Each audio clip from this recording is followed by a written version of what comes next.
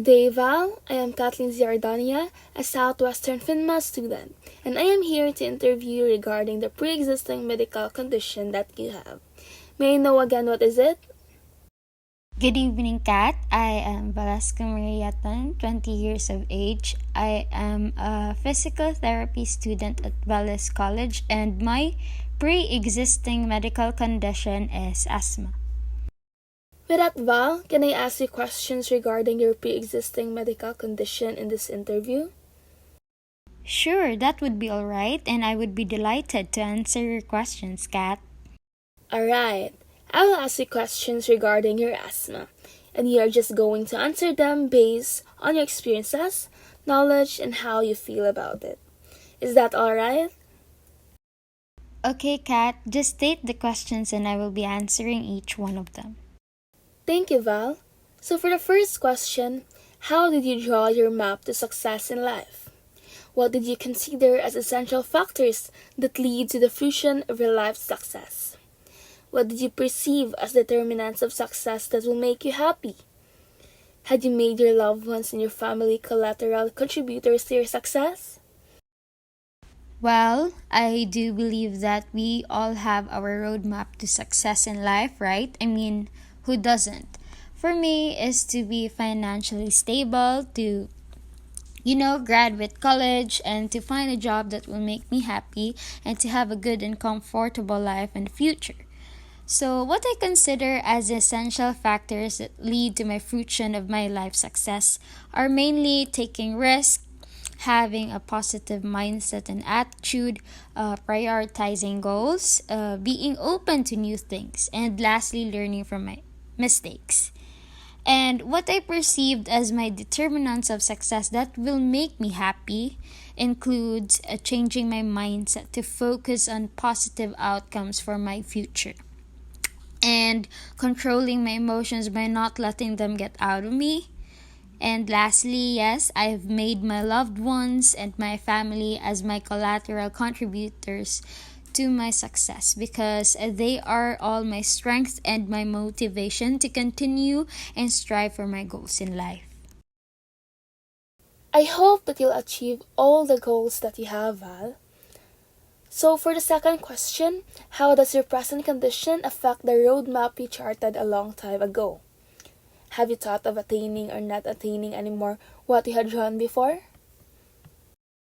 My condition, asthma, might affect the goals that I always wanted, but it will definitely not stop me from attaining what I want to become in the future, because that alone will not define the measure of success you want to be sooner.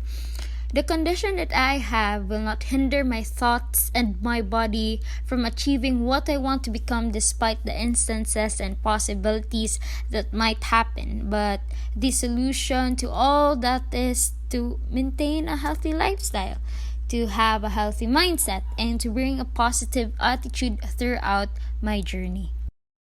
With that, can you narrate the history of your present medical condition, asthma, from onset until at present? Do you have family members or relatives who are also suffering from, or somewhat similar or related to what you have right now? What are the diseases common in your family? So, ever since I was a child, I already had this illness, and along with me as I grew up are medications that I need to take whenever my asthma attacks. So, growing up, I always bring with me my inhaler, which is prescribed by my doctor for emergency purposes. And on the other hand, I also have a nebulizer at home, just in case it attacks. But thankfully, during the pandemic period, my asthma did not occur that much, and it helped me a lot, really, to indulge in sports. And if you're asking me if I have family members or relatives who are also suffering from or somewhat similar or related to what I have right now, then my answer to that is yes. And I got it from my mother. The diseases that are common for my mother's side are asthma and diabetes, while my father's is hypertension. So, prior to the onset of the present condition, did you indulge in the use of illicit drugs, excessive consumption of alcohol beverages, chain smoking, skipping adequate sleep over work, and spending time for too much worrying? Well, Kat, I would be lying if I said none, but I actually am guilty of skipping adequate sleep over studying. Well, I'm not working yet at the moment, so yes, studying and spending time too much worrying. Other than that is none.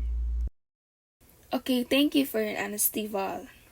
But prior to the onset of the present condition, had you been into any form of physical activity like indoor and outdoor, individual or team sports, fitness exercise programs, and recreational activities like trekking or leisure walking? If so, at what age did you start and end your participation? How regular had you done it? How many days a week? How much time you spent for this activity every session? Less than or more than 30 minutes? So, during the pandemic period, I actually started working out, and it helps me to be physically fit and to be healthy since COVID attacks to weak immune systems. And also, I was prone to it since I have a weak respiratory system. And just recently, this 2022, after the lockdown, I joined a team sport, which is dragon boat paddling, and I am still participating up until now. So, regarding our practices as a team sport, we actually have a schedule for our training, which is every Saturdays and Sundays.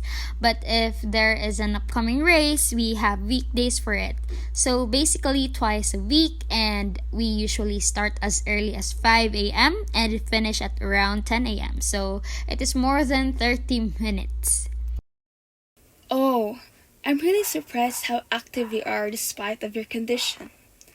So regarding that, what were your doctor's advice now on dieting, compliance to medications, and physical activity? What medications did your doctor prescribe? Can you tell me what these are for? How long have you been taking all of this? So, for my doctor's advice, he always advised me to get plenty of rest and to stay out of stress. But on the other hand, he also encouraged me to engage in physical fitness. So, whenever I visit the doctor's clinic, I just knew what medications he will prescribe for me. It is usually salbutamol for inhalation and seretide like the one I said earlier for emergency purposes. But either way, the purpose of those two prescriptions are almost alike. And aside from that, whenever my asthma is severe, he will give me antibiotics and tablet for my allergies. I bet having that condition isn't easy at all. But yes, we are now at the last questions. So the last question is that if you were to look back, what lifestyle practices you would have changed to prevent the onset of your present medical condition, to reach the realm of success and happiness in life you dreamed of the way back then? Is physical inactivity like lack of exercise one of those you would consider worth changing so as not to succumb to what you have now? That's the last question, Val.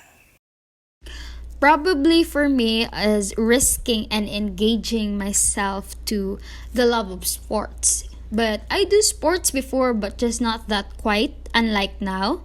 And yes, I believe that physical inactivity, like lack of exercise, is one of those I would consider worth changing so as not to succumb to what I have now. Because if you don't indulge in physical activity, then most likely you're making your life shorter.